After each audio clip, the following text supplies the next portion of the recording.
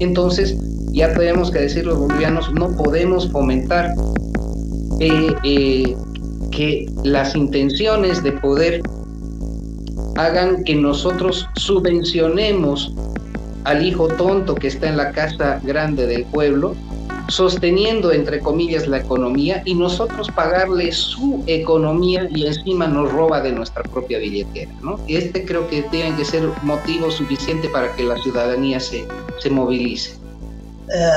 Parece que lo dijo, que Arce abandonaría el poder en cortísimo plazo y que Bolivia necesita un cambio de timón, ¿no? Y de repente ellos piensen en intentar volver cuando esté acomodado el país nuevamente, ¿no? Es un ciclo que se ha agotado. Eso es absolutamente claro. La pregunta central es, ¿cómo quieren entregar el país? ¿Quieren entregarlo en cenizas el 2025? ¿O quieren entregarlo después de una convulsión que les permita salir a disfrutar de todo lo robado al exterior?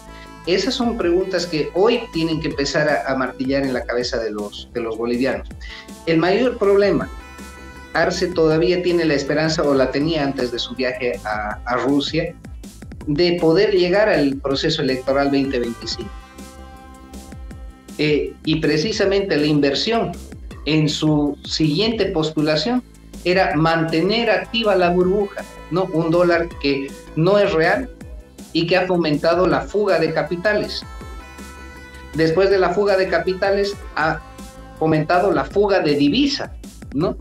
Y evidentemente hoy la cotización se ha sincerado en el mercado, ¿no? Y el sinceramiento del mercado es algo que no lo puede frenar, ¿no? Es intentar frenar una ola con los dedos. Ese es el mayor problema que Arce tiene en este momento, ¿no? Una economía desbordada que no le sirve cualquier medida racional para su ambición política. El momento que libere la cotización del dólar, Arce pierde toda posibilidad de ser reelegido. Esa es una realidad política. Como que él ya sabía del golpe y le estaba diciendo a la opinión pública, no se preocupen que ya va a caer, porque él ya sabía del golpe. Eso es lo que intenta decir esta agencia de información. Pero opositor a la gestión de Luis Arce, que está empezando a parársele, ¿no? Y eso es algo que no se puede perder del radar, porque hoy, nuevamente, digo, con todas las luces y sombras del legislativo, hay una esperanza de que en esa crisis institucional, hay al menos alguien que le dice, hasta aquí, hay límites para ese poder para el emperador Luis Arce Catacora.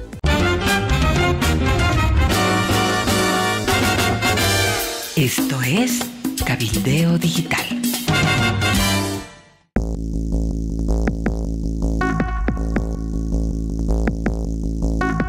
Un operativo muy sorpresivo que ocurrió anoche, más o menos a las 7:30 de la noche, sorprendió a familiares, abogados, a todo el mundo, porque súbitamente se decidió trasladar a la cárcel de San Pedro a una decena de militares y además al activista en derechos humanos Fernando Hamdan y al ex asesor del ministro de Defensa, a quien se lo señala como el ideólogo. Estamos hablando de Aníbal Aguilar Gómez, que fue atendido hasta primera hora de la tarde en el Hospital Obrero de la Ciudad de La Paz y fue retornado a las celdas de la Fuerza Anticrimen, y ahí estuvo unas horas y junto con este grupo ya está en San Pedro, en la cárcel de San Pedro de la Ciudad de La Paz. Parece que ya no queda nadie afuera de los que fueron detenidos, ya no queda nadie en las celdas policiales, fueron todos remitidos a San Pedro. Hay una lista larga de los sospechosos e investigados. En total son ¿cuántos, Cacho? ¿Tenías la estadística? Sí, 34 según el fiscal que está a cargo del caso, de los cuales 29 ya han sido sometidos a medidas cautelares. De esos 29, 26 tienen orden de detención preventiva y 3 se han beneficiado con medidas sustitutivas, que es la detención domiciliaria. Muy bien. A propósito de esto, la agencia de información del gobierno, AVI, ha hecho una extensa nota, no le he puesto límites a su redacción, sobre una entrevista muy interesante realizada por el colega Nicolás Sanabria en su programa, que también es un programa en redes sociales que se llama En Otro Formato, una entrevista que Nicolás le hace a Fernando Handam 20 días antes del tanquetazo del 26 de junio. Y Avi destaca que él habría dicho, parece que lo dijo, que Arce abandonaría el poder en cortísimo plazo y que Bolivia necesita un cambio de timón. Y parece que lo dijo. Por suerte, Avi da el contexto de la entrevista, ¿no? Uno puede interpretar esta frase, Cacho, como que él ya sabía del golpe y le estaba diciendo a la opinión pública: no se preocupen que ya va a caer, porque él ya sabía del golpe. Eso es lo que intenta decir esta agencia de información, ¿no? Que obviamente es del gobierno. Es una versión, es una posibilidad. Bueno, y la otra es el contexto de la entrevista. El contexto de la entrevista es la grave crisis económica.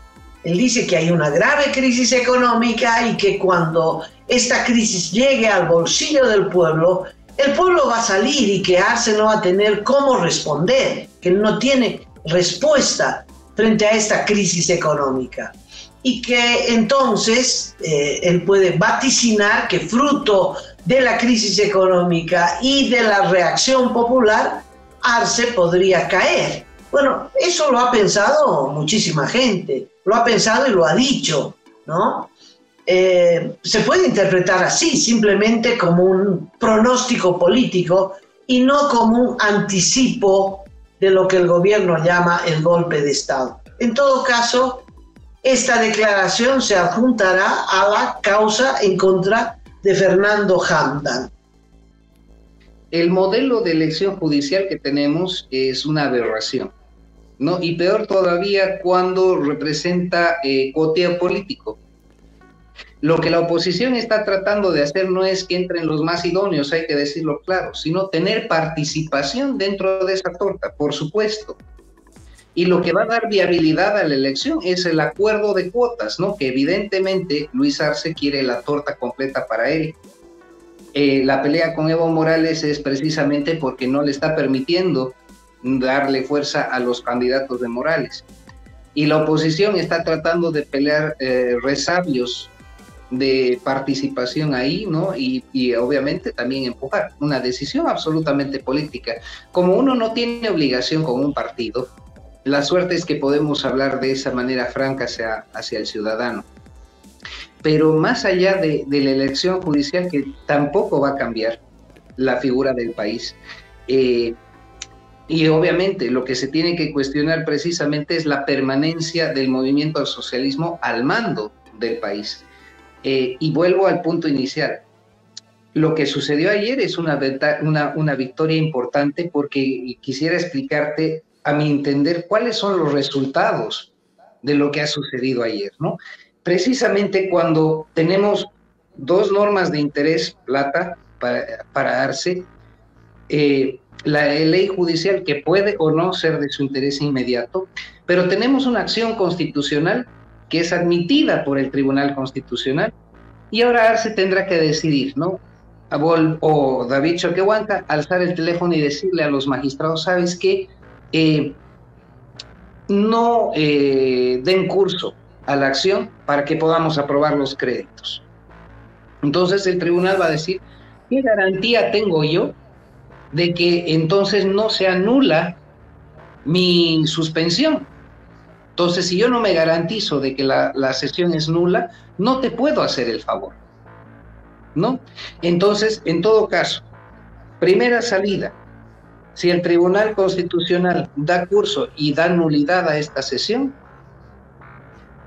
Arce se queda sin plata que necesita. evidentemente, ¿no?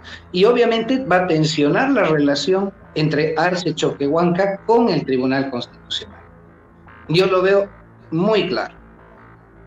Segundo frente, Arce va a tener que hablar con David Choquehuanca, que tienen una relación desgastada, y la va a tener que decir, ¿sabes qué? Resolver internamente, ¿no? Y David Choquehuanca ya no va a querer resolver internamente dentro del legislativo, porque no tiene el juego de cintura para resolverlo. Entonces hay otro tensionamiento entre David Choquehuanca y Luis Arce Catacora. Entonces, yo creo que todos los cambios son procesos, ¿no? Si bien hemos entrado en una etapa mucho más dura a nivel político, la estrategia para mí es tremendamente favorable. David Choquehuanca pierde autoridad dentro de la Asamblea Legislativa, pierde juego de cintura dentro de la Asamblea Legislativa, y se ha demostrado que cumpliendo la norma, si se fuera una sesión, el voto legislativo le daría otra vuelta a esa gestión, ¿no? Entonces hay un poder, no digo bueno o malo, pero opositor a la gestión de Luis Arce, que está empezando a parársele, ¿no? Y eso es algo que no se puede perder del radar, porque hoy, nuevamente, digo, con todas las luces y sombras del legislativo, hay una esperanza de que en esa crisis institucional, hay al menos alguien que le dice, hasta aquí, hay límites para ese poder para el emperador Luis Arce Catacora. Estamos conversando con Luis Fernando Jandam. Fernando, para mí los problemas no están ahí centrados en la Asamblea, sino que los problemas van por otro lado. Y como lo he dicho, el tema de esta supuesta pelea, porque, reitero, la pelea declarada a la Asamblea Legislativa es entre los masistas, no es que es una pelea que le declaró la oposición en aras de transformar, digamos, un sistema imperante en el país, ¿no es cierto?, en el marco de una ideología socialista. Yo creo que no va por ahí. Eso no va a cambiar mientras esté el movimiento al socialismo. Para mí los problemas van por otro lado, el tema económico, ¿no? Y nuestro principal problema hoy por hoy se tiene que entender que es el movimiento al socialismo. Y eso no lo digo yo, lo dicen las grandes inversiones. Mientras esté el MAS en el poder, no van a llegar las inversiones. Y mientras no tengamos más inversiones, la situación económica, no sé si se ahondará más, pero de seguro vamos a tener enormes problemas, porque la falta de dólares, hoy la falta de combustible, las reservas y todo aquello, indudablemente son la preocupación mayor de la población, querido Fernando. Bien que tocas ese punto, y voy a empezar por otra primicia.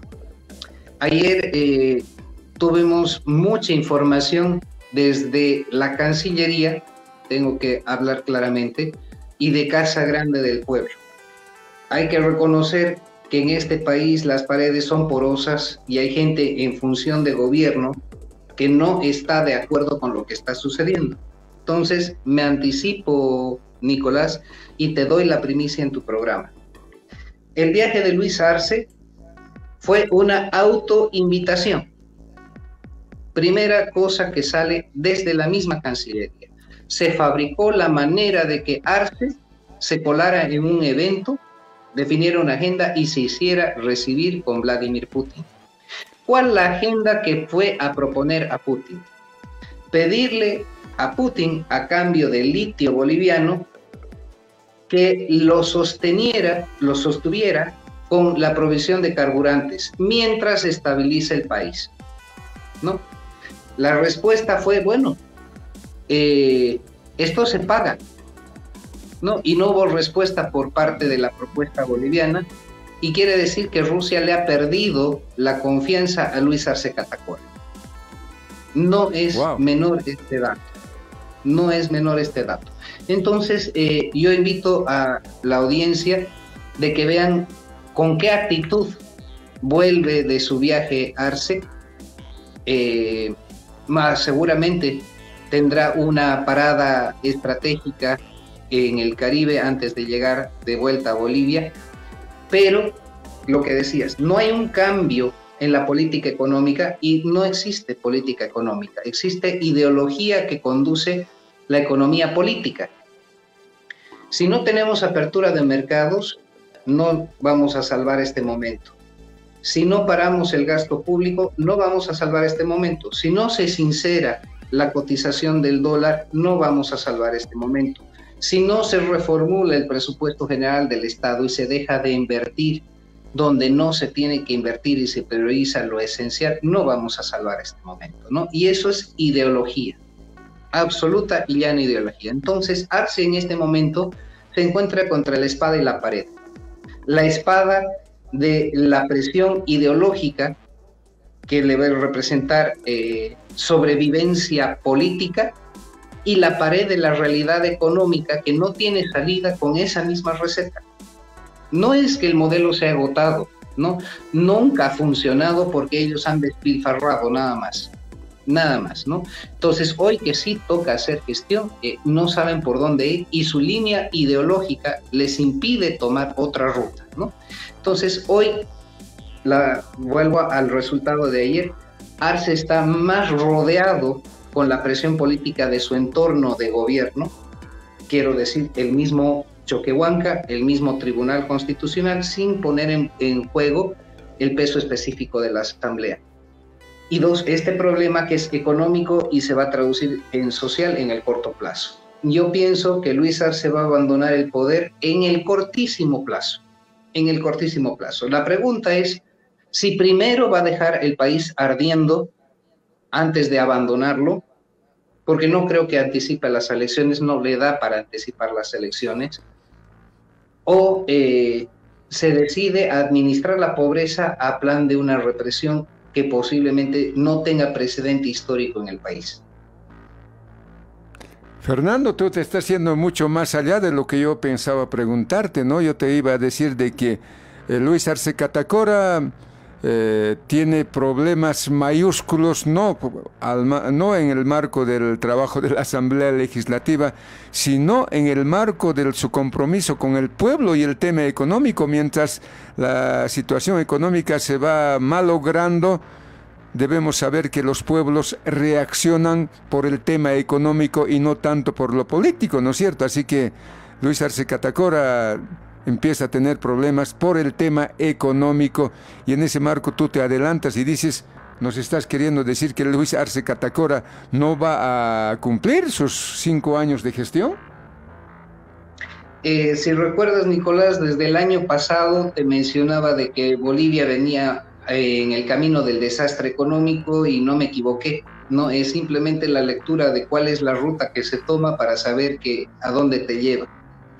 Y tú dices claramente, la gente no perdona la comida sobre la mesa, la seguridad familiar.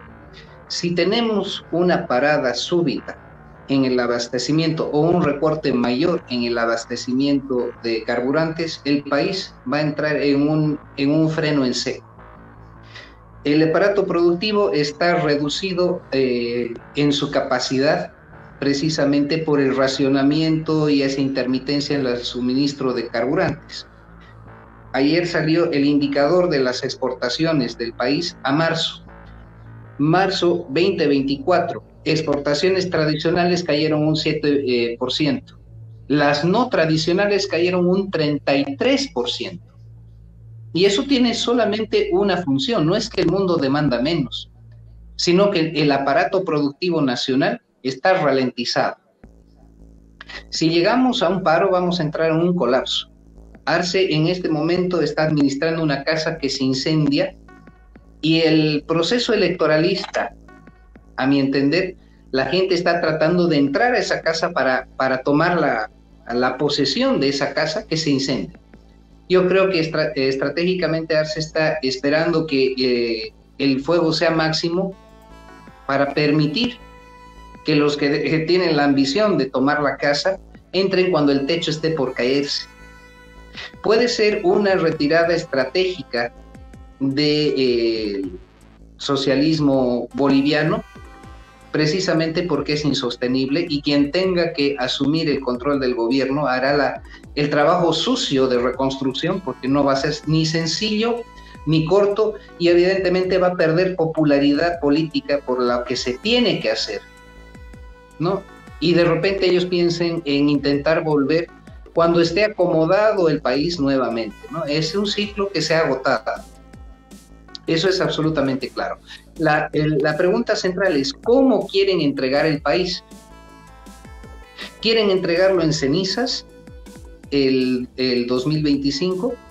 ¿O quieren entregarlo después de una convulsión que les permita salir a disfrutar de todo lo robado al exterior?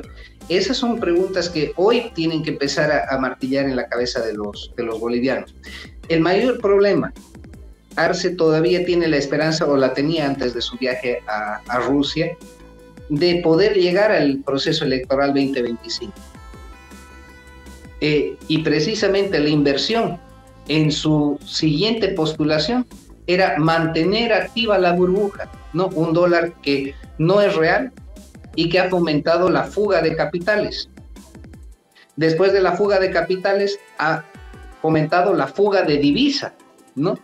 Y evidentemente hoy la cotización se ha sincerado en el mercado, ¿no? Y el sinceramiento del mercado es algo que no lo puede frenar, ¿no? Es intentar frenar una ola con los dedos. Ese es el mayor problema que Arce tiene en este momento, ¿no? Una economía desbordada que no le sirve cualquier medida racional para su ambición política. El momento que libere la cotización del dólar, Arce pierde toda posibilidad de ser reelegido. Esa es una realidad política. No sabemos si Arce apuesta al desastre o apuesta a una reivindicación, ¿no?, para cumplir sus 5 años de gestión. Pero lo cierto es que la situación económica en el país se va complicando. Hay anuncios ya de paros, bloqueos, movilizaciones. Los gremialistas han anunciado una marcha de Patacamaya rumbo a la ciudad de La Paz, empezando del 11 de junio. ¡Inconstitucional! No, eso no es. A ver, tengo una nota. ¿Dónde está? No sé si... A ver, después te la muestro. Hay una convocatoria de los gremialistas para marchar desde Patacamaya rumbo a la ciudad de La Paz, y hay un anuncio de los transportistas a partir del 11 de junio con otro bloqueo de caminos, Fernando. Dos puntos muy importantes que permiten también explicar la realidad del país. Los gremiales no están peleando para no entrar en el régimen formal tributario. Están peleando contra una realidad que es que el gobierno no pelea efectivamente contra el contrabando. Aquí no, está, entonces, Fer, a ver, te lo muestro, Fer, aquí está. Coméntenos sobre este supuesto acuerdo que han llegado de que ya no participará en movilizaciones. Una vez más, el gobierno nacional se vale de sus dirigentes vendidos, puestos a dedo, que siempre en todas las oportunidades salen al lado de la COP, salen al lado de los ministros, salen al lado del presidente, a salir a utilizar la representación del sector gremial, teniendo estas supuestas reuniones y acuerdos. El sector gremial que está en las calles, que está movilizado, que está en emergencia, no hemos tenido ningún acuerdo, ninguna reunión con estas autoridades. Es más, no hemos sido ni convocados a ningún tipo de reunión, y por lo tanto seguimos nosotros en emergencia, seguimos movilizados, expectantes y, como ve, planificando cómo vamos a llevar a cara el mandato que nos ha ordenado nuestra base en los ampliados que hemos tenido tanto en la ciudad de La Paz como en la ciudad de Santa Cruz, que es seguir movilizados y enfrentando las movilizaciones que se nos vienen a nivel nacional la siguiente semana. ¿Quiénes son estas personas que se han reunido con las autoridades? Supuestamente eran participantes de la Confederación Nacional de Gremiales. Bueno, son dirigentes que en su oportunidad el gobierno los ha seleccionado y ha puesto como su puesto ejecutivo de confederación, como es el señor Juan Carlos García, el señor Rodolfo Mancilla, que siempre salen al lado del partido de gobierno. Ellos son unos funcionarios más y funcionales de este gobierno, que no representan a la familia gremial y más aún a la familia que está movilizada y que está en la calle haciéndose sentir con sus justas demandas.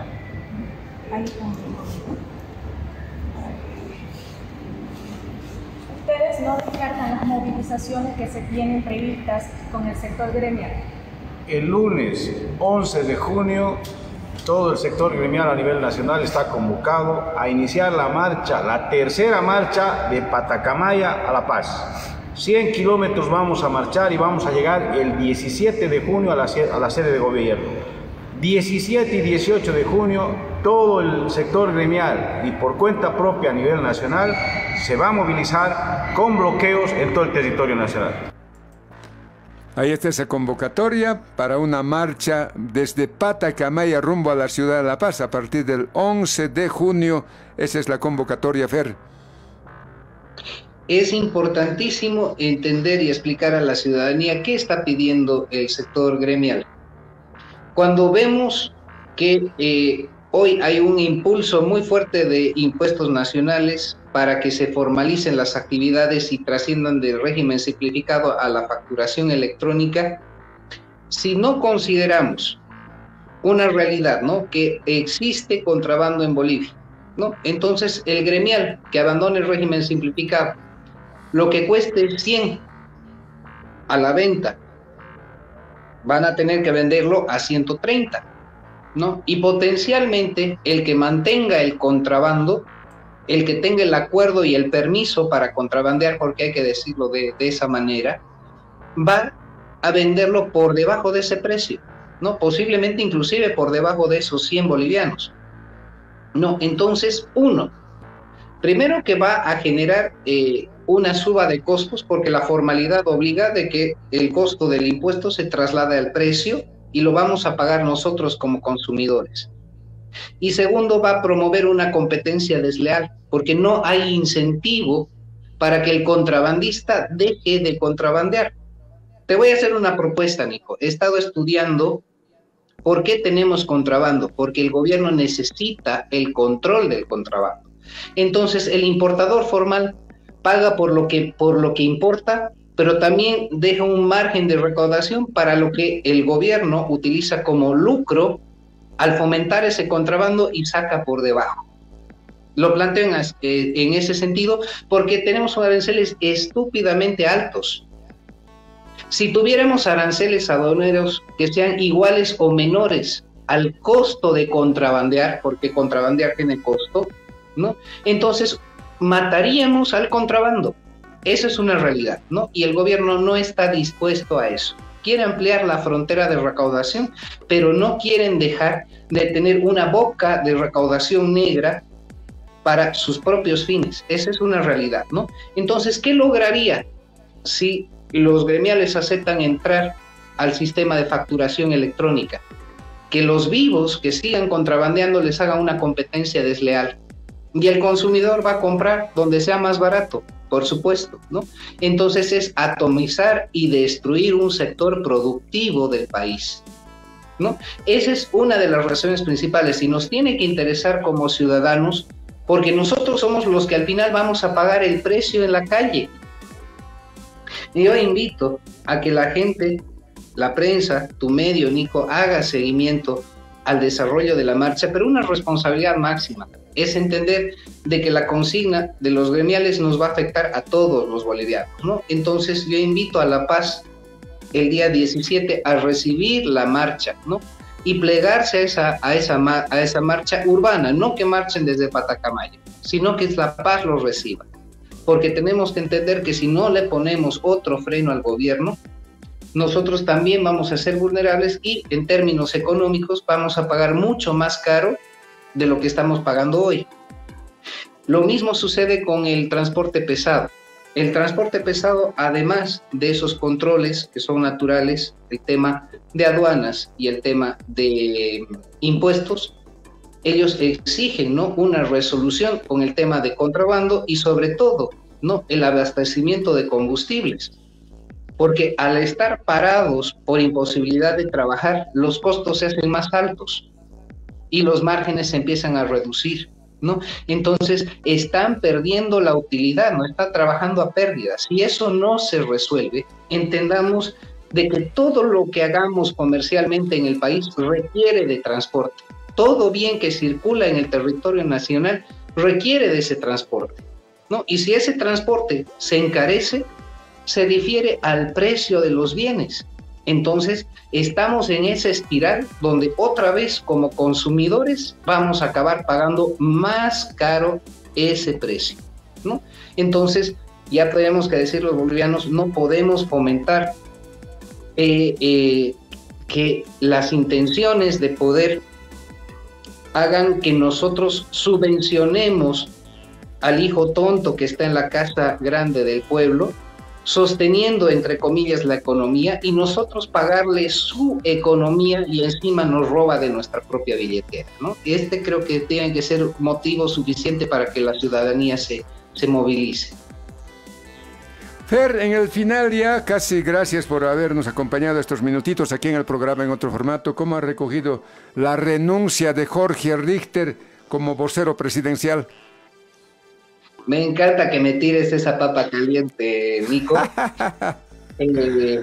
Hay una estrategia política en todo, no hay un movimiento. Si vemos qué es lo que ha venido pasando en esta novela turca que empezó Richter en un tema de victimismo desde hace un par de meses, son cuatro apariciones, declaraciones verbales y escritas lascivas. Imagínate, Nicolás, si yo fuera tu vocero, yo estuviera subordinado, fuera empleado tuyo y tuviera que representar tu voz, ¿no? Y de repente hoy día digo, Nicolás no sabe dónde está parado, se está equivocando en esto, todo lo ha hecho mal, y tú eres quien me paga el sueldo. No. Primero, si estamos de buenas, me pedirás mi renuncia. Y si te enojas después de 4 o 5 veces que yo haga lo mismo, bueno, me tiras una patada y me despides, ¿no? No sucedió.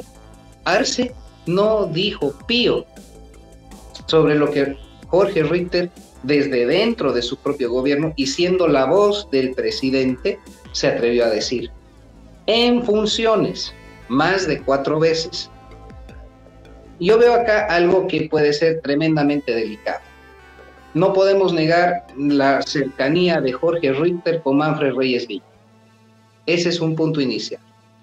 Y muy posiblemente, yo lo pongo solo como teoría, Jorge Richter hubiese sido la bisagra de diálogo electoral entre Luis Arce y Manfred Reyes Villa. Lo pongo como posibilidad, no es una afirmación. Pero creo que cobra sentido cuando todavía sigue siendo una figura de interés, pese a que me insulta, me denigre, todo, yo lo tengo a mi lado. Entonces no le encuentro muchas más razones que sea una ficha que tenga que ver con la interlocución política, llámese Manfred o no Manfred, no cualquiera sea la figura, donde esté atado a mantenerlo dentro de ese gabinete hasta este momento. Entonces yo auguro que si pasan 2 o 3 meses, Jorge Richter tendrá un nuevo proyecto, y ese proyecto puede ser o al lado de Manfred, o posiblemente, y no menor, ¿no?, muy cercano al pensamiento o a quien apoye Álvaro García Linera. Sí, quién sabe, también de estos políticos no podemos extrañarnos para nada. Nada raro también que aparezca en la otra vereda del movimiento al socialismo, ¿no? En el lado de Evo Morales Ayma. Nada raro, querido Fer. Si uno recuerda, Jorge Richter era columnista, y hablando justamente de Evo Morales y del proceso del movimiento al socialismo, tiene notas, si no me equivoco, entre el 2001 y 2003, 2004, donde literal tildaba ese proyecto como salvaje, ¿no? De repente se pone a su lado, de repente vuelve a patear, ¿no? Entonces estamos ante una persona con poca solvencia moral, y yo lo había dicho varias veces en tu programa, Nicolás. El gobierno en su conjunto tiene poca cualidad ética y definitivamente no merece gobernar el país. No podemos olvidarnos de que es una clase, una casta, no solamente la sigla del movimiento al socialismo, ¿no? Existe mucha de esta gente que tiene ese juego de cintura que es inmoral contra todo principio político, ideológico y de construcción correcta de una nación. Fer, te agradezco muchísimo. Gracias por habernos regalado estos minutitos aquí en el programa en otro formato. Un gran abrazo. La situación del país no está bien por donde se lo vea, no está bien. A ver qué pasa la próxima semana y a ver, espero no llegar a aquello que tú estás pronosticando, ¿no? De que Luis Arce Catacora, quién sabe, no llegue a los 5 años de gestión. A ver, no sé, me estás dejando con la duda para poder, tarea para pensar, querido Fer. Fer, un gran abrazo. Abrazo, querido Nico. La única opción de Bolivia es un cambio de timón lo más rápido posible. Eso es lo único que yo puedo afirmar como un hecho concreto. Un gran saludo a toda Bolivia.